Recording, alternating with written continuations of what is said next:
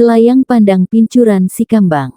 Catatan Muhammad Subhan Asteris. Pasar Usang dikenal sebagai sebuah kelurahan bersejarah di jantung kota Padang Panjang.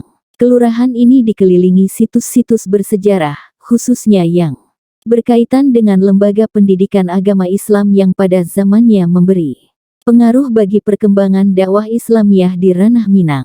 Pengaruh itu tidak hanya di Sumatera Barat, tetapi juga ke seantero tanah air hingga mancanegara. Di Kelurahan Pasar Usang terdapat surau jembatan besi, sekarang Masjid Zuama, yang didirikan oleh Syekh Abdullah Ahmad pada tahun 1895. Disebut surau jembatan besi karena terinspirasi dari jembatan besi yang dibangun Belanda pada zamannya di kawasan ini. Selain terdapat banyak sumber air untuk berwudu maupun keperluan lainnya, juga berdekatan dengan pasar sebelum Pasar Usang Pasar Lama dipindah ke Pasar Baru yang ditempati pedagang. Sekarang, Hamka dalam novel Tenggelamnya Kapal Andervek menggambarkan geliat ekonomi pedagang Pasar Usang yang merupakan saudagar kaya raya di masa itu karena menjual rempah, ikan kering, kain, emas, dan komoditi lainnya sebelum gempa bumi 1926 datang melanda disusul krisis ekonomi yang menghondoh Padang Panjang.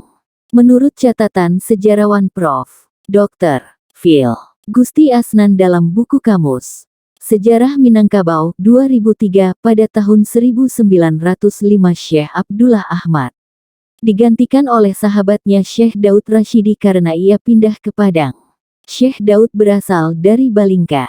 Pada tahun 1907, Syekh Daud pergi ke Makkah, kemudian ia menyerahkan kepemimpinan surau jembatan besi kepada adiknya Syekh Latif Rashidi. Pada tahun 1909, Syekh Latif wafat, lalu kepemimpinan surau jembatan besi kembali diserahkan kepada Syekh Daud yang kemudian diamanahkan kepada Syekh Abdul Karim Amrullah, ayah Buya Hamka, yang berasal dari Maninjau.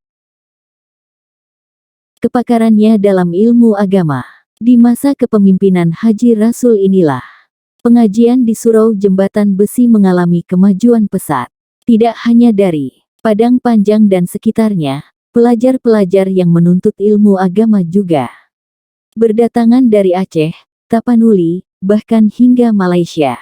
Surau jembatan besi ini menjadi cikal bakal berdirinya Sumatera Tawalib, sebuah organisasi massa Islam paling awal di Sumatera Barat dan berbasis di Pasar Usang, Padang Panjang.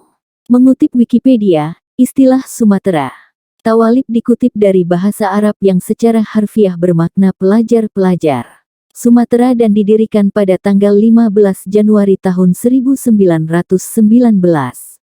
Di kemudian hari, Sumatera Tawalib dikenal sebagai sebuah pesantren modern khusus putra yang tak jauh jaraknya dari perguruan diniyah putri pimpinan Syekhah Rahmah El Yunusiyah yang berdiri pada tanggal 1 November tahun 1923. Secara usia, perguruan Tawalib Putra lebih tua 4 tahun dari perguruan diniyah putri.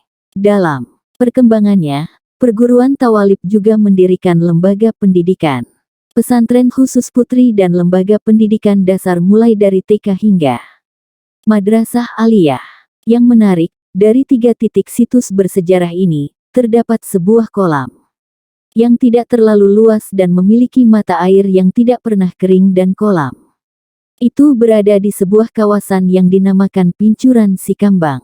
Dulunya, di kawasan ini terdapat beberapa pincuran yang bersumber dari mata air.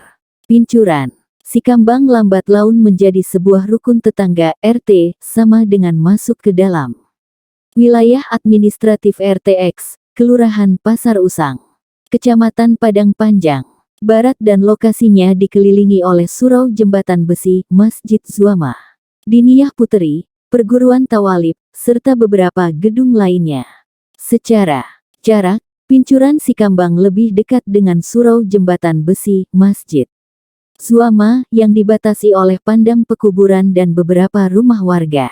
Belum ditemukan literatur sahih sebagai sumber resmi yang menulis secara lengkap sejarah Pincuran Sikambang, kecuali dari potongan cerita beberapa tetua setempat. Di zamannya, karena bersumber dari mata air yang melimpah, Pincuran ini menjadi salah satu sumber kehidupan masyarakat, khususnya untuk kebutuhan berwudu, mandi, mencuci pakaian, dan lainnya. Pembangunan kota yang pesat, lambat laun menyebabkan Pincuran tidak lagi difungsikan sebagai bagian kebutuhan masyarakat, melainkan menyisakan beberapa sumur warga dan kolam tampung air biasa yang di dalamnya diternakan beberapa ikan air tawar. Merujuk pada Kamus Besar Bahasa Indonesia KBB edisi kelima, kata Pincuran tidak ditemukan, melainkan Pancuran sebagai kata baku Indonesia. Tentu saja, karena Pincuran diadopsi dari bahasa Minang yang juga dimaksud sebagai pancuran. Jika merujuk kepada arti kata pancuran dalam KBBI, adalah 1. Air yang memancur, 2. Saluran pemancur, Sikambang, dan 3. Tempat air memancur. Kata dasar pancuran adalah pancur. Menurut cerita Ibu Yulidar, 82 tahun, warga Pincuran Sikambang. Melalui sebuah wawancara singkat yang dilakukan Ruli Sutan Panduko, Ketua RTX Pincuran Sikambang pada bulan Juni tahun 2022, disebutkan bahwa Pincuran Sikambang mulanya dibuat oleh seorang tukang ahli ukir rumah gadang yang berasal dari Bonjol, Pasaman, dan didatangkan ke Padang Panjang, dibawa oleh keluarga leluhur Ibu Yulidar. Konon, tukang itu bernama Sikambang, didatangkan untuk membuat ukiran rumah gadang milik keluarga dari Anduang, buyut Ibu Yulidar di Silayang. Dalam pengerjaannya itu, tukang Sikambang ini tidak berkenan menerima upah atas usahanya dan ia meminta agar dianggap sebagai anak kemenakan saja dari keluarga Anduang Ibu Yulidar. Prinsipnya, di rantau ia mencari induk semang untuk menjadi keluarganya sendiri. Tentu, dengan senang hati, keluarga Anduang Ibu Yulidar menerima permintaan Sikambang, dan ia pun dianggap sebagai anak. Bulan berganti, tahun pergi, sampailah suatu hari Sikambang menemukan jodohnya, lalu ia berkeluarga. Mulanya ia tinggal bersama keluarga Anduang Ibu Yulidar di Silayang, namun karena di sana ia tak memperoleh keturunan.